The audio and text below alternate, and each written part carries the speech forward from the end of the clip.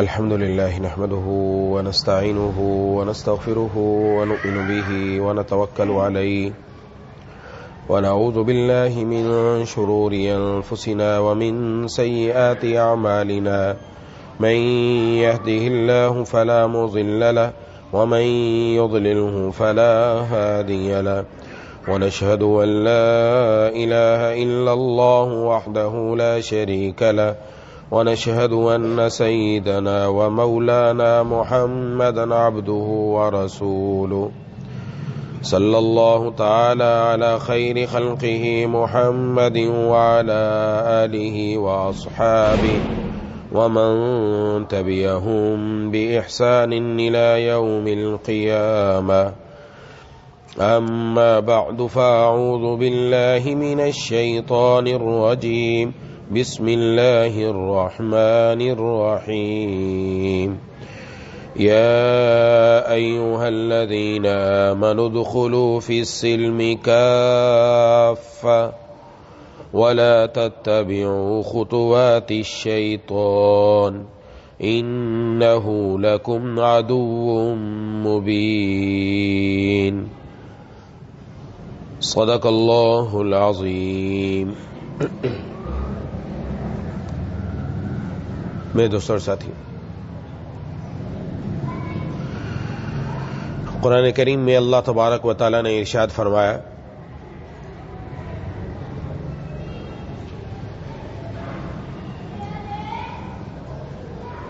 اے ایمان والو ادخلوا فی السلم کافہ، اسلام میں پورے کے پورے داخل ہو جاؤ.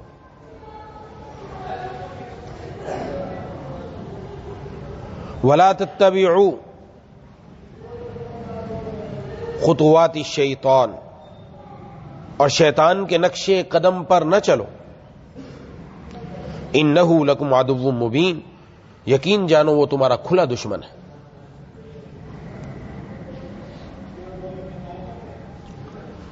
قرآن کریم میں اللہ تبارک و تعالی نے ایمان والوں کو، جو اللہ تبارک و تعالی کی وحدانیت کے اور محبوب کبریا خاتم الانبیاء صلی اللہ علیہ وسلم کی رسالت کے قائل ہیں اور ایمان لائے ہیں، ان کو مخاطب کر کے کہا جا رہا ہے کہ اسلام میں پورے کے پورے داخل ہو جاؤ. اس سے پتہ چلتا ہے کہ بعض مسلمان ایسے ہیں کہ جو کچھ اسلام پر چلتے کچھ نہیں چلتے.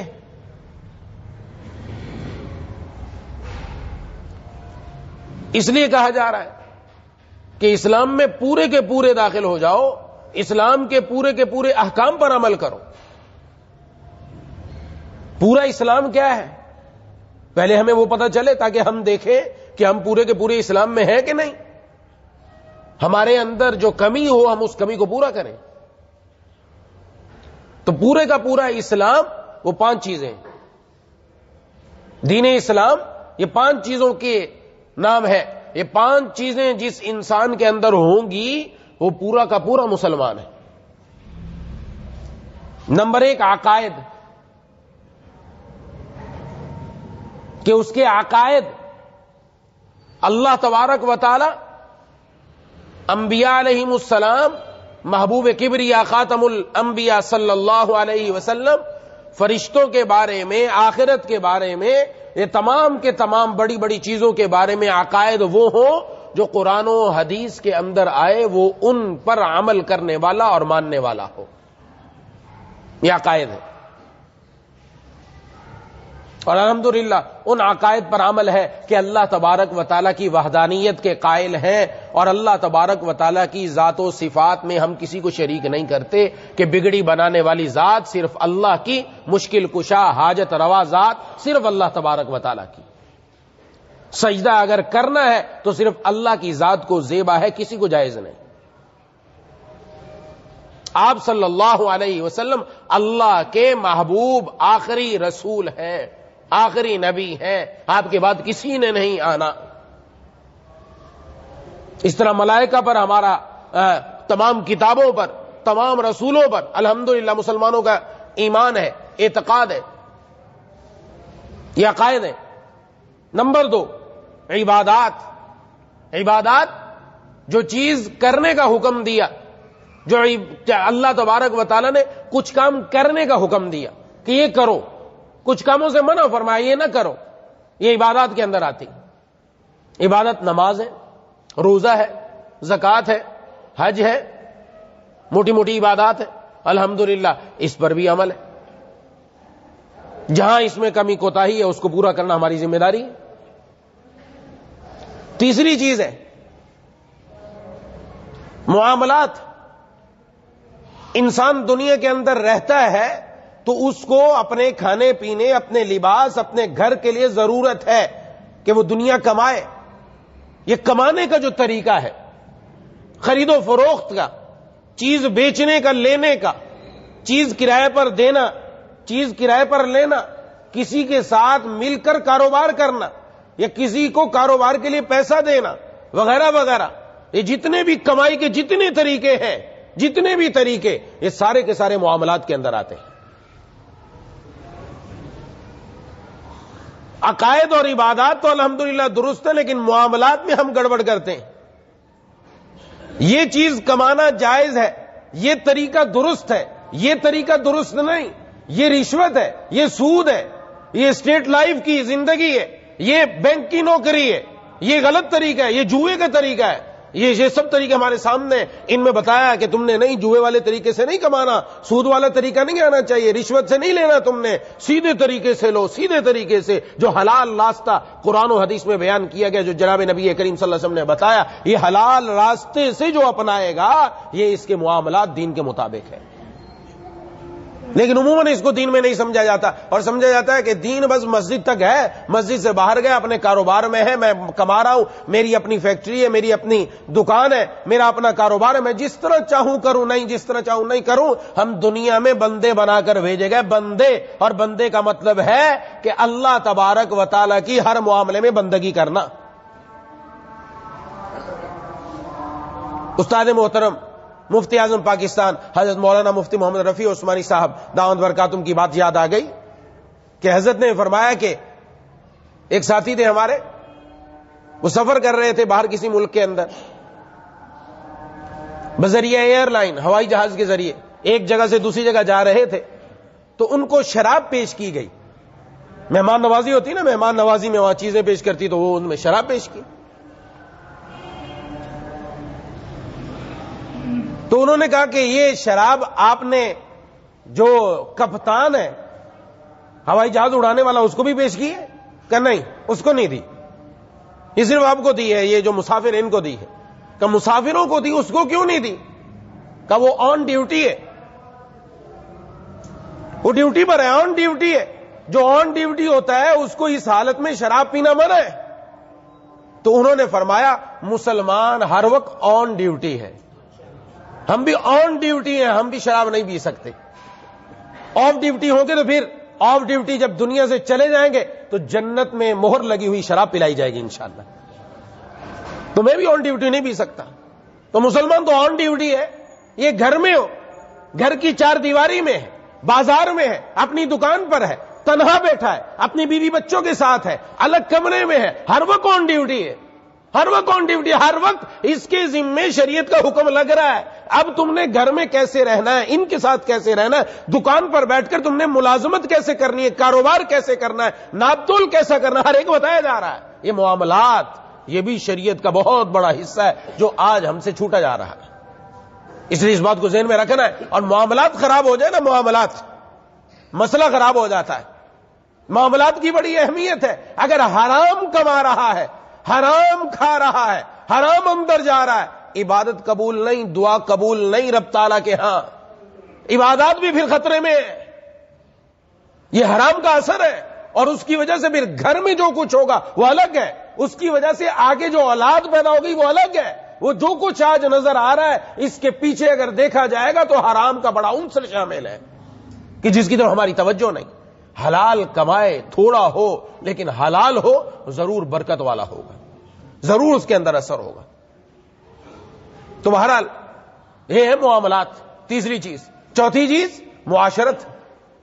دنیا میں کوئی انسان اکیلا نہیں رہتا، نہ رہ سکتا ہے. اس کو کسی نہ کسی کے ساتھ رہنا ہے، اس کے ساتھ لوگ ہیں، ماں باپ ہیں، بہن بھائی ہیں، بیوی بچے ہیں، دوست و احباب ہیں، باہر ہے، کسی جگہ کام کر رہا ہے، وہاں ملازموں کے ساتھ ہے، اس کا ہر جگہ یہ لوگوں کے ساتھ رہنا ہے، اس نے اکیلا نہیں رہ سکتا۔ لوگوں کے ساتھ کیسے رہنا ہے، یہ معاشرت ہے، یہ سکھایا ہے ہمیں، اس کا اصول ہے کچھ، اس کے بارے میں عرض کروں گا انشاءاللہ۔ اور پانچویں بات ہے اخلاق، اور اخلاق جس طرح پچھلی مرتبہ عرض کیا، اخلاق کا تعلق دل سے ہے۔ اخلاق کا مطلب صرف اتنا نہیں ہے کوئی بندہ آئے ہم اس کے ہنس کر مسکرا کر مل لیا، یہ اخلاق ہے؟ دکان پر کھڑے سودا بیچنے کے لیے، اخلاق تو ہے سودا بیچنے کے لیے، مسکرا کر مل رہے، جو گاہک آیا مسکرا کر ملا، ہنس کر ملا، اور گھر میں آ کر چہرے پر 12 بجا رکھے، اب ہنستا ہی نہیں ہے، اب مسکرا کر ملتا ہی نہیں ہے، اب چہرے کے اوپر 12 بجے ہوئے ہیں، جب دیکھو اس کو بات کرنے کا ڈھنگ ہی نہیں ہے۔ یہ اخلاق نہیں ہے۔ اخلاق کا تعلق دل سے ہے۔ جب تک یہ اندر ٹھیک نہیں ہوگا نا، باہر یہ جو کچھ لیبا پوتی ہوتی ہے 2-4 لمحے کی ہوتی ہے، اس کے بعد ختم۔ اخلاق کا تعلق دل سے ہے۔ دل کے اندر صبر، دل کے اندر شکر، دل میں تواضع، دل میں اخلاص یہ پیدا ہو جائے، یہ اخلاق ہے در حقیقت۔ اس کا بھی بڑا شعبہ ہے، ایک بہت شعبہ لمبا، تو سب پر بات کرنا ممکن نہیں ہے۔ تو بہرحال یہ 5 چیزیں ہیں، ان 5 پر جو عمل کرنے والا ہوگا وہ پورے کے پورے اسلام میں داخل ہے، اس کو کہتے ہیں دیندار۔ ابھی ہم نمازی بنے، ابھی ہم روزے دار ہیں، ابھی ہم زکات دینے والے ہیں، ابھی پورے دیندار نہیں۔ پورا دیندار وہ بنے گا جس کے عقائد قرآن و حدیث کے مطابق، جس کی عبادت قرآن و حدیث کے مطابق، تو اس کے معاملات بھی قرآن و حدیث کے مطابق، اس کا لوگوں کے ساتھ اٹھنا بیٹھنا رہنا سہنا معاشرت بھی قرآن و حدیث کے مطابق، اور اس کے اخلاق بھی قرآن و حدیث کے مطابق۔ یہ ہے پورا دیندار۔ اس لیے ہم نے یہ دیکھنا ہے کہاں ہم سے کوتاہی اور کمی ہو رہی ہے، اس کو اپنے اندر جہاں ہے اس کو دور کرنا ہے۔ تو اس میں چوتھا شعبہ عرض کیا معاشرت، اور اس معاشرت کو ٹھیک کرنے کے لیے جناب نبی کریم صلی اللہ علیہ وسلم نے ایک بڑا اصول بتایا، بڑا اہم اصول۔ جب آپ صلی اللہ علیہ وسلم دنیا میں تشریف لائے، آپ مبعوث فرمائے گئے، آپ کی بعثت ہوئی، آپ کو نبی بنا کر بھیجا گیا، اس وقت بھی معاشرے میں ایک مزاج تھا جو آج بھی ہمارے اندر پایا جاتا ہے۔ اس مزاج کو ختم کرنا ہے، اس کو الگ کرنا ہے، ہٹانا ہے۔ وہ مزاج کیا تھا؟ مزاج یہ تھا کہ دوسرے کو تکلیف دے کر مزہ آتا ہے، دوسرے کو تکلیف میں مبتلا دیکھ کر مزہ آتا ہے، یہ مزاج تھا۔ آپ صلی اللہ علیہ وسلم نے یہ مزاج بدلا اپنے حکم کے ذریعے، اور ان کی ایسی آپ نے رہنمائی فرمائی، ایسی تربیت کی کہ وہ حضرات ایسے بن گئے کہ شیر و شکر اور ایک دوسرے پر جانے نچھاور کرنے والے، دوسروں کی تکلیف اپنی تکلیف سمجھتے تھے۔ چاہے جائے کہ وہ دوسروں کو تکلیف دے، دوسرے کی تکلیف اپنی تکلیف، یہاں تک ہو گیا۔ یہ صرف تکلیف کی بات نہیں، ایثار تک پہنچ گئے، اور ایثار کا درجہ بڑا اہم ہے جو ہر انسان حاصل نہیں کر سکتے۔ ایثار کا مطلب ہے اپنے آپ کو نیچا کر دو، دوسرے کی ضرورت کو پورا کر دو۔ یہاں تک پہنچ گئے، خود بھوکا رہنا گوارا کر لیا، لیکن آپ صلی اللہ علیہ وسلم کی طرف سے کوئی مہمان آیا تو اس کا پیٹ بھر کر روانہ کر دیے۔ یہ بڑی بات ہوتی ہے، یہاں تک پہنچنا بڑا مسئلہ ہے، بات کرنا آسان ہے۔ ایثار، تمہارا وہ تکلیف کیا دیتے، وہ تو ایثار تک پہنچ گئے تھے۔ تو مزاج تھا، اور آج بھی یہی مزاج ہے۔ دوسرے کو یا تو تکلیف دے کر مزہ آتا ہے، دوسرے کو تکلیف میں مبتلا دیکھ کر مزہ آتا ہے۔ یہ شریعت کا مزاج نہیں ہے، شریعت کا مزاج نہیں ہے۔ کوئی آدمی جا رہا ہے راستے کے اندر، راستے میں کیچڑ تھا، پھسل گیا۔ آپ نے دیکھا ہوگا بہت سارے لوگ، آج کل تو نئے دور آ گیا نا، مزید ہم آگے بڑھ گئے، جلدی سے کیمرہ نکالا اور جلدی سے موبائل نکالا، مووی بنانا شروع کر دی۔ دیکھو بھائی، بنا کر اور اپلوڈ بھی کر دی، اور خوب بھی ہنسا۔ آگے بڑھ کر یہ نہیں پوچھا کہ آپ کو بابا جی، بڑے بزرگ، بچے، کوئی بھی ہے، تکلیف تو نہیں ہو گئی، کوئی چوٹ تو نہیں لگی؟ ہاں، بنا کر بغیر موبائل کر دیا، اور ہنس رہے ہیں، خوب مزے ہو رہے ہیں، اور آگے بھی چلتا کر دیا، تکلیف میں دیکھ کر ہنس رہے ہیں، مذاق اڑایا جا رہا ہے۔ یہ مزاج بن چکا ہے، شریعت کا مزاج نہیں ہے یہ۔ کبھی آپ نے دیکھا ہے گھر میں چھوٹا بچہ پھسل جائے یا سیڑھیوں سے گر جائے تو ماں کہکا لگاتی ہے کیا؟ کبھی دیکھا ہے؟ نہیں دیکھا ہوگا کسی نے، بلکہ ماں کی جان نکل جاتی ہے۔ وہ دوڑتی ہے، گر جائے کچھ بھی ہو جائے، لیکن بچے کو گرنے نہیں دیتی.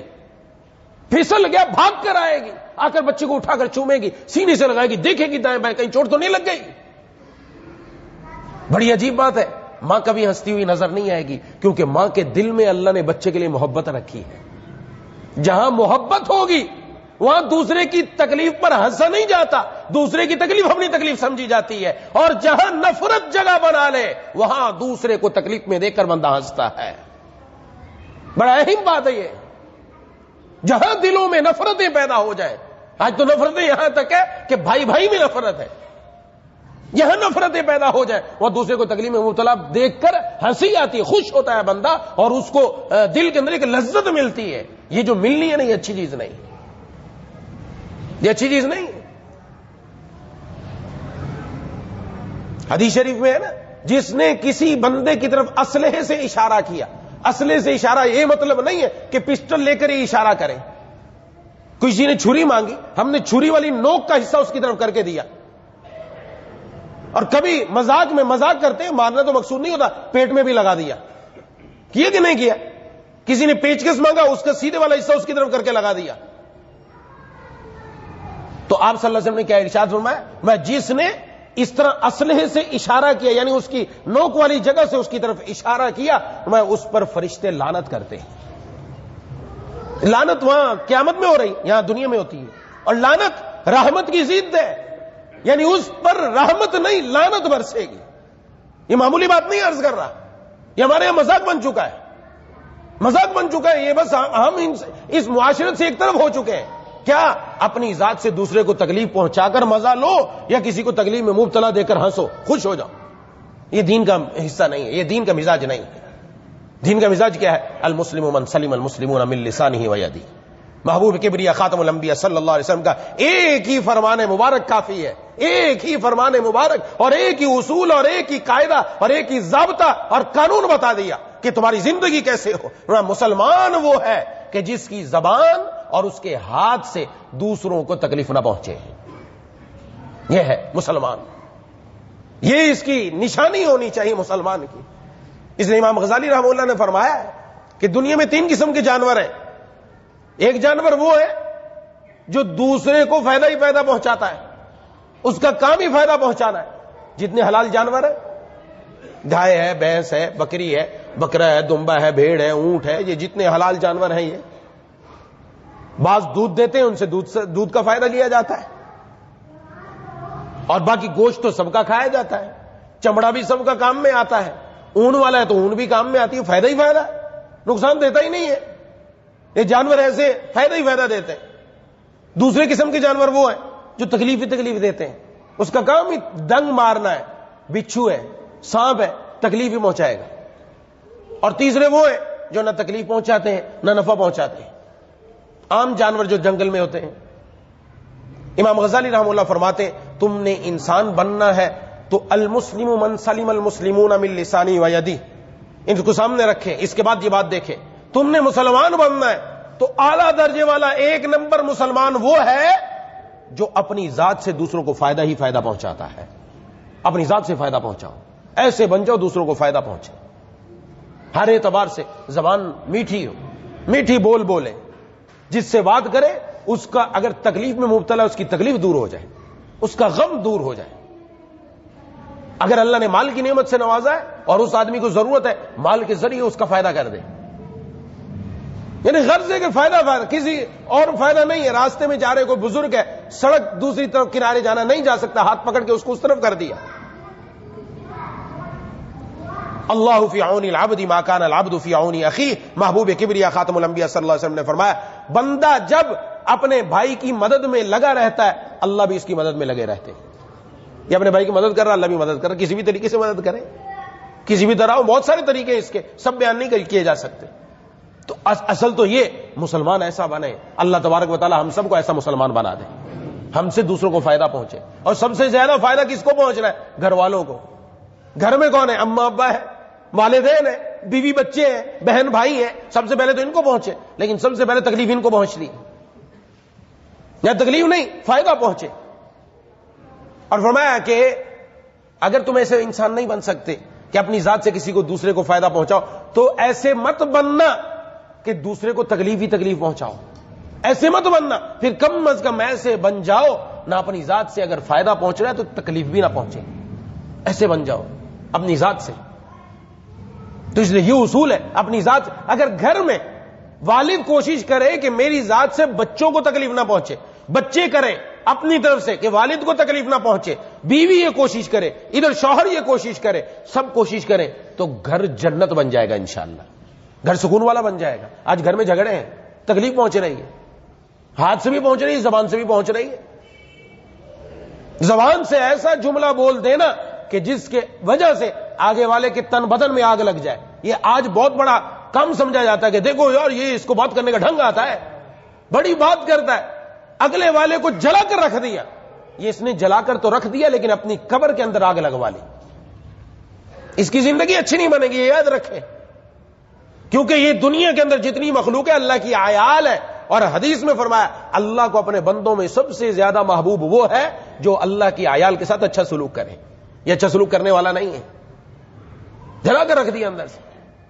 ایک آدمی گھر میں آیا تو دیکھا بہو ناچتی پھر رہی ہے، غصے سے ادھر ادھر جا رہی ہے، کہ کیا بات ہو گئی؟ پوچھا اپنی بیوی سے کہ تو نے کیا کہا؟ کہ میں نے کہا کہ میں نے دو جملے بولے۔ کہ کیا بولا؟ کہ میں نے بولا تیرا باپ غلام اور تیری اماں لونڈی ہے۔ اب یہ جملہ بولا، بول تو دیا، لیکن تن بدن میں آگ لگانے والا ہے کہ نہیں ہے؟ بولا کیا؟ ایسے جملے، یہ تو میں نے ہلکا جملہ بھی عرض کیا، ورنہ اس سے آگے کے جملے ہوتے ہیں، اور وہ جملے بہت کچھ کہتے ہیں۔ گھروں میں آگ نہیں لگے گی تو اور کیا لگے گی؟ گھروں کے اندر کیا رحمتیں برسیں گی؟ جب منہ سے ایسی ایسی چیزیں نکلیں گی تو آگے ہوگا کیا؟ آج گھر برباد ہو رہے ہیں، اس کی بڑی وجہ یہ زبان ہے، زبان اس سے تکلیف پہنچائی جا رہی ہے، جس سے منع فرمایا اپنی زبان سے دوسروں کو تکلیف نہ دو، زبان کو ایسا بناؤ دوسرے کو تکلیف نہ پہنچاؤ، اس زبان کو ایسا بنانا چاہیے۔ اور حدیث شریف میں جو مسلمانوں کے لیے طریقہ بیان کیا گیا، بہت سارے لوگ آپس میں ملتے ہیں، ان کے الگ طریقے ہیں، کوئی کیا کہتا ہے کوئی کیا کہتا ہے، لیکن ہمیں جو طریقہ سکھلایا گیا وہ بڑا ایسا زبردست جملہ عطا فرمایا گیا ہے جو جہاں پر دعا ہے وہاں پر ایک دوسرے کے لیے سلامتی کا مفہوم رکھتا ہے، کہ جب ایک دوسرے سے ملو تو کیا ہونا چاہیے؟ السلام علیکم ورحمۃ اللہ، السلام علیکم۔ یہ مسلمان دوسرے مسلمان کو کہہ کر بتاتا ہے کہ میری جانب سے تو محفوظ ہے، تجھے کوئی تکلیف نہیں پہنچے گی۔ کیوں؟ السلام علیکم، تم پر سلامتی نازل ہو، سلامتی تو تب نازل ہوگی پہلے میں کوشش کروں میری جانب سے اس کو تکلیف نہ پہنچے۔ السلام علیکم سے سلامتی کا مفہوم ہے، یہ بتایا جا رہا ہے، سمجھایا جا رہا ہے کہ ایک مسلمان کی ذات ایسی ہونی چاہیے کہ اس کی ذات سے دوسروں کو تکلیف نہ پہنچے۔ مشترکہ گھر ہے، گھر کے اندر معاملات کیا چلتے ہیں؟ مشترکہ گھر کے اندر ظاہر چیزیں سب مشترک رکھی ہوئی ہوتی ہیں، پانی کا گلاس کہیں سے اٹھایا آ کر پیا، جہاں پیا وہیں رکھ دیا، اب دوسرا ڈھونڈ رہا ہے، اور یہ ہمارے نزدیک کوئی جرم نہیں ہے۔ نہانے کے لیے گیا غسل خانے میں، تولیہ غسل خانے کے اندر ہی لٹکا کے واپس باہر آ گیا، پتہ ہی نہیں تولیہ کہاں ہے۔ جو مشترکہ چیزیں استعمال کیے پتہ ہے کہ یہاں دوسرا بھی استعمال کرے گا، وہاں سے اٹھا کر کسی دوسری جگہ رکھ دینا عملی طور پر تکلیف ہے، عملی طور پر تکلیف دے رہے ہیں، اس کو ہم تکلیف نہیں سمجھتے۔ ذہنی طور پر تکلیف میں مبتلا کیا جاتا ہے، کسی آدمی کا دوسرے پر قرض ہے، قرض لے لیا اس نے، ٹھیک ہے ضرورت کے لیے قرض لیا، اب وقت مقرر آ گیا کہ اس نے 10 تاریخ کو واپس دینا ہے، وہ واپس نہیں دے رہا، اگر پیسے نہیں ہیں تو جا کر بتا دو اللہ کے بندے اس کو کہ بھائی ابھی فی الحال نہیں دے سکتا، مہلت دے دو 1 مہینے کی، اور پھر 1 مہینے کے بعد دے دوں گا۔ اب اگلا آدمی جس نے پیسہ دیا اس کو بھی ضرورت ہو سکتی ہے، وہ اس کے چکر لگا رہا ہے اور یہ ملتا ہی نہیں، فون ہی نہیں اٹھاتا، فون ہی بند کر دیا، چلو ختم۔ ذہنی طور پر تکلیف مبتلا کر رہا ہے، ناجائز اور حرام ہے۔ نفل نہ پڑھے، مستحب عمل نہ کرے، پوچھ نہیں ہوگی، لیکن دوسروں کو تکلیف اور اذیت دینا حرام ہے، جس کی پوچھ ہے، اور اس کی وجہ سے کل قیامت والے دن پیسہ نہیں چلے گا، سکہ نہیں چلے گا، ڈالر نہیں چلے گا، وہاں نیکی چلے گی اور اپنی نیکیاں دوسرے کو دینی پڑ جائیں گی۔ یہ سب سے اس دن کا خسارہ سب سے بڑا خسارہ ہے۔ اب اپنی ساتھ سے ایسا گھر والوں کو کہا شام کو اکٹھے کھانا کھائیں گے، کیوں کھانا بنا کر بیٹھے، گھر میں انتظار ہو رہا ہے کہ صاحب کب تشریف لائے، اور یہ سب اپنے دوستوں کے ساتھ ہلے گلے میں، اور جا کر باہر ہوٹلنگ ہو رہی ہے، حال ناکہ پر بیٹھ کر کھانا کھایا جا رہا ہے، مزے ہو رہے ہیں وہاں، پتہ ہی نہیں، اور گھر میں آیا وہ بیچارے پریشان ہیں کہ کیا ہوا، آخر انہوں نے کھا ہی لینا تھا، کھا لیا، اس کو پتہ ہی نہیں کہ میں کیا کر چکا ہوں، اور آ کر آرام سے مزے سے سو گیا۔ یہ ذہنی طور پر گھر والوں کو جو تکلیف میں مبتلا کیا، ناجائز اور حرام عمل کیا، یہ کل نمازیں نہیں بچا سکے گی، یاد رکھیں، یہ نمازیں دینی پڑ جائیں گی، یہ ذکر و تلاوت دینا پڑ جائے گا وہاں جا کر۔ حدیث شریف کا مفہوم ہے کہ آپ صلی اللہ علیہ وسلم نے پوچھا مفلس کون ہے؟ مفلس اس کو کہتے ہیں ہمارے ہاں جس کے پاس ٹیڈی پیسہ نہ ہو، یہ اردو کا مفہوم ہے۔ صحابہ کرام نے عرض کیا یہی کہ جس کے پاس درہم نہیں ہے، دنانیر نہیں، آپ نے فرمایا نا مفلس یہ نہیں، مفلس وہ ہے کل قیامت والے دن آئے گا نیکیوں کے پہاڑ لے کر آئے گا، اتنی تلاوت، اتنی نفلیں، اتنی تسبیحات، پہاڑ لے کر آئے گا، لیکن دوسروں کے حق مار رکھے ہوں گے، حقوق العباد کی پرواہ نہ کی ہوگی تو لمبی لائن لگ جائے گی، اور آ کے اللہ کے دربار میں عرض کریں گے اس نے یہ کیا، اس نے یہ کیا، اس نے یہ کیا، اس کی نیکیاں اٹھا کر دیتے رہیں گے، نیکیاں ختم ہیں، حقوق والے ختم نہیں ہوں گے، یہاں تک کہ ان کے گناہ اٹھا کر اس کے پلڑے میں ڈالنا شروع کریں گے۔ فرمایا جو نیکیاں لے کر آیا تھا اب وہ جہنم کی طرف گناہوں کے پہاڑ لے کر جا رہا ہوگا، یہ ہے مفلس، نیکی کی کام بھی نہ آئی۔ اس لیے ذمہ داری ہے نیکی کرنے کے بعد اس نیکی کو محفوظ کرنا بھی ہماری ذمہ داری ہے، یہ نہیں کہ نیکی کر لی ختم ہو گئی نا، نیکی کا حکم ہے من جاء، جو لے کر آیا، یہ قرآن کریم میں فرمایا، یہ نہیں نیکی کر کے آیا، جو نیکی لے کر آیا، اور نیکی لے کر تب آئے گا جب نیکی بچی بھی تو ہو، اگر نیکی نہیں بچی تو لے کر کیسے آئے گا؟ اپنی ذات سے دوسروں کو ہرگز تکلیف نہ پہنچائے۔ زبان سے میں نے عرض کر دیا، زبان سے آپ آئے مسجد میں آئے، مثلا دیکھا کوئی آدمی قرآن کریم پڑھ رہا ہے، کوئی ذکر میں مشغول ہے، کوئی اپنی عبادت میں مشغول ہے، کوئی دینی بات کر رہا ہے، آ کر زور سے السلام علیکم ورحمۃ اللہ کہہ دیا، اب یہ سلام کرنے کا موقع نہیں ہے۔ جب ایک آدمی فارغ نہیں ہے، ہر آدمی کوئی تلاوت میں مشغول ہے، کوئی ذکر میں مشغول ہے، کوئی دینی بات ہو رہی ہے، اب سلام کا موقع نہیں ہے۔ ہم تو سمجھ رہے ہیں میں نیکی کی ہے، میں نے یہ نیکی نہیں کی ہے، غلط جگہ سلام کر کے ہم گناہ میں مبتلا ہوئے ہیں، کیونکہ اب سلام کا جواب نہیں ملے گا، سلام کا جواب کہاں سے ملے گا؟ تلاوت والے کو بھی مشغول کر دیا کہ وہ بھی اس کی طرف دیکھے آیا کون ہے، اب اس کو جواب بھی دیں، نہ جواب نہ دے تو آ کے چڑھائی شروع کر دیتے، میں نے سلام کیا میرا جواب ہی نہیں دیا۔ ارے سلام پہلے یہ تو سوچو کہ تم نے ٹھیک جگہ کیا بھی تھا کہ نہیں کیا تھا، کون سی جگہ پر آ کر دیا؟ کوئی آدمی آیا ملنے کے لیے، دیکھا بھی جس بندے سے میں ملنے کے لیے آیا وہ نماز میں مشغول ہے، اب آ کر کیا کرتے ہیں، اس کے قریب ہی بیٹھے گا، آ کر قریب بیٹھ جائے، وہ بیچارہ نماز میں پہلی رکعت کے اندر ہے، اب بیچارہ اس 4 رکعت یا 2 رکعت یا 3 رکعت پوری کرنا مشکل ہو جائے گی، یہ کون بندہ میرے قریب آ کر بیٹھ گیا، کیا مسئلہ ہے؟ دل کے اندر وسوسے آنا شروع ہو جائیں گے، غلط کیا، اس کو ایذا دی، تکلیف دی، بیٹھنا تھا اس کے انتظار میں، پیچھے 3ری 4تھی صف میں بیٹھتا، اس کو پتہ ہی نہ چلتا کہ کوئی بندہ میرے انتظار میں بیٹھا ہوا ہے، لیکن ہم اپنے آپ کو بتانا چاہتے ہیں میں آیا۔ ہم تو گھر میں ہی ایسے رہتے ہیں کہ گھر سے باہر نکلے دروازہ ایسے بجا کر جانا، پتہ چلے کہ صاحب گھر سے باہر گئے، اور اندر بھی تشریف لائیں گے تو پتہ چلے، اور رات کو کسی دن تہجد کی توفیق مل گئی تو بھی اٹھ کر بتیاں ساری جلانی، ایسے گھر والوں کو پتہ چلے کہ صاحب آج اٹھے تہجد پڑھنے کے لیے، ہاں جی۔ اور کسی نے کہا جی ابو رات کو مجھے یوں ہوا تھا، کہا ہاں میں جاگ ہی رہا تھا، میں نے دیکھا تھا تجھے۔ اور محبوب کبریا خاتم الانبیاء صلی اللہ علیہ وسلم کا کیا عمل ہے، کیا عجیب آپ صلی اللہ علیہ وسلم کا طرز عمل ہے۔ اما عائشہ صدیقہ رضی اللہ تعالیٰ عنہ، یہ وہ ازواج مطہرات جو اپنی جان قربان کرنے کے لیے تیار، فرماتی ہے کہ آپ صلی اللہ علیہ وسلم رات کو جب تہجد کے لیے اٹھتے نا، آہستہ سے اٹھتے، آہستہ سے اٹھتے، آہستہ سے باہر نکل جاتے، آہستہ سے اپنی جوتا مبارک پہنتے اور آہستہ سے چلے جاتے، کہیں عائشہ کو تکلیف نہ ہو جائے۔ آئے ہائے، اور ہماری ذات کیا ہے کہ قدم قدم پر تکلیفیں پہنچا کر ہم سمجھتے ہیں مجھ سے بڑا دیندار، مجھ سے بڑا بزرگ اور مجھ سے بڑا کوئی آدمی 7ویں آسمان پر پہنچا ہوا نہیں ہے۔ ہرگز یہ چیز زیب نہیں دیتی، اپنی ذات کو دیکھو، میری ذات سے دوسروں کو تکلیف تو نہیں پہنچ رہی۔ یہ عرض کرنے کا مقصد یہ ہے کہ ہمارے اندر اگر معاشرت کے اندر کوتاہی ہے، یہ معاشرت کی کوتاہی ختم کرنی ضروری ہے، ایسا نہ ہو کہ اس کی وجہ سے ہماری پکڑ ہو جائے اور پھر لینے کے دینے پڑ جائیں، یا دنیا کے اندر جان چھڑوا لینا آسان ہے، آخرت میں مسئلہ مشکل ہو جائے گا۔ اور بھی بہت ساری مثالیں، ٹیلی فون پر بات کرنی، ہاں جی، کسی کو فون کر لیا اور فون کر کے اب اس سے 10 منٹ بات کر رہے ہیں، 15 منٹ بات کر رہے ہیں، اگلے سے پوچھ تو لو بھائی تیرے پاس بھی ٹائم ہے بات کرنے کا یا میں ہی کر رہا ہوں؟ نہیں سمجھ لیا، اس نے اٹھا لیا تو اس کے شکنجے میں آ گیا، بس اب چھوڑنا نہیں ہے۔ اگر بند کر دیا تو بھی مصیبت ہے، سنتا رہے تو بھی مصیبت ہے، جلتا رہے اندر سے، پوچھ تو لو بھائی آپ کے پاس ٹائم ہے 4-5 منٹ میں بات کر لوں، اگر 5 منٹ کی اجازت لیے 5 منٹ بعد فون بند کر دو، پھر آگے نہیں چلا۔ یعنی جو چیزیں ہم استعمال کر رہے ہیں انہی میں دیکھیں ہم دوسروں کو کہیں تکلیف کا ذریعہ تو نہیں بن رہے، ہم تکلیف کا ذریعہ بن رہے ہیں ان کے لیے، کہیں پر ذہنی اذیت دے رہے ہیں، کہیں پر زبان سے اذیت دے رہے ہیں، کہیں عمل سے اذیت دے رہے ہیں، یہ سب چیزیں ناجائز ہیں۔ اور اپنا مزاج وہ بنانا ہے، اپنا مزاج کہ کسی دوسرے کی تکلیف کو اپنی تکلیف سمجھی جائے، دوسرا اگر گر گیا، دوسرے کو کوئی تکلیف پہنچ گئی، دوسرے کا بجائے مذاق اڑانے کے، مووی بنانے کے، مووی چلانے کے، نہ ایسا کام مت کرو. یہ ایسی فیس بک پر پوسٹیں بھی آگے مت بھیجو، آگے مت چلاؤ کہ کسی کا مذاق اڑایا جا رہا ہے، کوئی بیچارہ گر گیا، کوئی بزرگ گر گئے ان کے ساتھ مذاق. بہت سارے نوجوان ایسا کرتے ہیں کہ کسی بزرگ کو پکڑ لیا، اس کو کھیل کر مذاق کا اپنا تختہ مشق بنا لیا، اور مشق بنا کے مووی بھی بنا رہے ہیں، اور اس کو باقاعدہ بھیجا جا رہا ہے مختلف جگہوں پر. دیکھو اس بابا کے ساتھ ہم نے کیا مذاق کیا، نعوذ باللہ.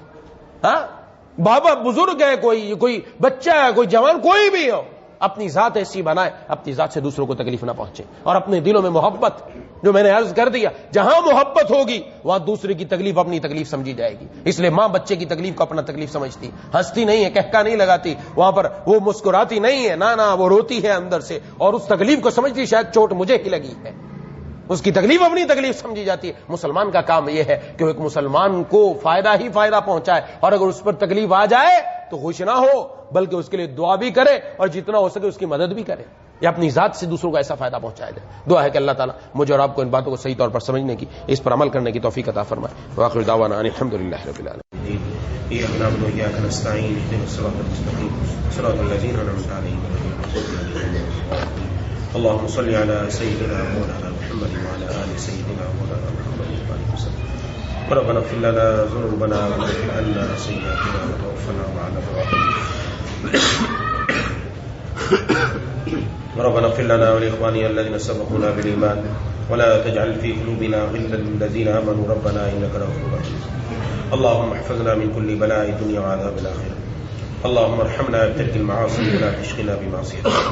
يا إله العالمين يا أرحم الراحمين يا ذا الجلال والإكرام یا مالک الملک یا احکم الحاکمین، ہم سب کے تمام صغیرہ کبیرہ گناہوں کو معاف فرما دیجیے.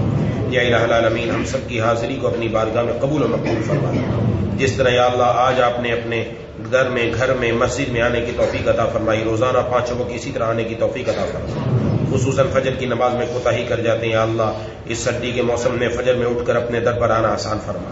مولا کریم اے الہ العالمین اے ارحم الراحمین یا ذا الجلال والاکرام یا ارحم الراحمین ہمارے والدین کی، بیوی بچوں کی، بہن بھائیوں کی، دوست و احباب کی، تمام رشتہ داروں کی، اہل پاکستان کی، پوری امت مسلمہ کی مغفرت فرما. یا الہ العالمین یا ارحم الراحمین ہم میں سے جو بیمار ہیں، گھروں میں جو بیمار ہیں، دوست و احباب میں جو بیمار ہیں، جنہوں نے اپنے بیماروں کے لیے دعا کے لیے کہا یا کہنا چاہتے تھے نہیں کہہ سکے، یا امید رکھتے ہیں یا پیغام پہنچایا نہ پہنچ سکا، یا اللہ سب کو شفا کاملہ عاجلہ مستمرہ عطا فرما. ایک بچہ محمد کیس بیمار ہے، اس کے لیے بھی دعا فرمائے. میرے والد صاحب بھی کافی علیل ہے، دعا فرمائے. اللہ تبارک و تعالی شفا کاملہ عاجلہ مستمرہ عطا فرما. یا الہ العالمین یا ارحم الراحمین جتنے ہمارے اعزاء و اقربا یا اللہ دنیا سے جا چکے ہیں، یا اللہ سب کو جنت الفردوس میں جگہ عطا فرما. بھائی علاؤ الدین قریشی کا انتقال ہو گیا کل، اسی طریقے سے بھائی کاشف بھائی کی اہلیہ کا انتقال ہو گیا، اور بھائی محمد ارشاد صاحب لہسن والے ان کا انتقال ہو گیا تھا جمعے کو. نعمان عبدالرشید کا انتقال ہو گیا تھا جمعے کو. یا اللہ سب کی مغفرت فرما. یا الہ العالمین سب کے قبروں کو یا اللہ نور سے منور فرما.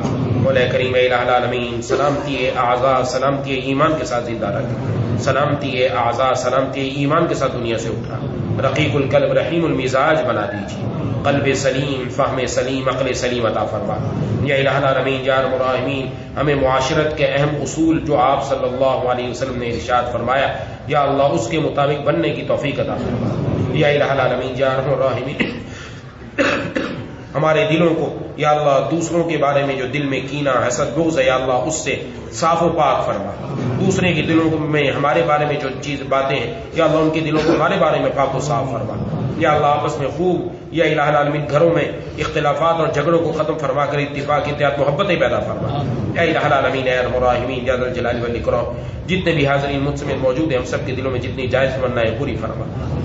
یا الہ العالمین فتنہ دجال سے ہم سب کی حفاظت فرما. یا اللہ ظاہری اور باطنی فتنوں سے ہم سب کی حفاظت فرما. یا الہ العالمین یا اللہ جسمانی بیماریوں سے، جسمانی تکلیفوں سے، روحانی بیماریوں سے، روحانی تکلیفوں سے یا اللہ ہم سب کی حفاظت فرما. ہمارے ایمان کی بھی حفاظت فرما، ہمارے اعمال کی بھی حفاظت فرما، ہماری جان، مال، عزت، آبرو، گھر کی بھی حفاظت فرما، ہمارے ملک کی بھی حفاظت فرما. مولا کریم اے الہ العالمین اے ارحم الراحمین یا ذا الجلال والاکرام جتنی دعائیں آپ کے محبوب صلی اللہ علیہ وسلم نے مانگی سب ہم سب کے حق میں قبول کرو. جن جن چیزوں سے پناہ مانگی ان سب سے ہم سب کو پناہ عطا فرما. اللهم كل خير لكل مسلم ومسلمة. اللهم ارحم امة محمد صلی اللہ علیہ وسلم. اللهم اغفر لنا وللمؤمنين والمؤمنات والمسلمين والمسلمات اللهم اغفر لنا وللمؤمنين والمؤمنات والمسلمين والمسلمات اللهم اغفر لنا وللمؤمنين والمؤمنات والمسلمين والمسلمات ربنا تقبل منا انك انت السميع العليم وتب علينا انك انت التواب الرحيم صلى الله عليه وسلم.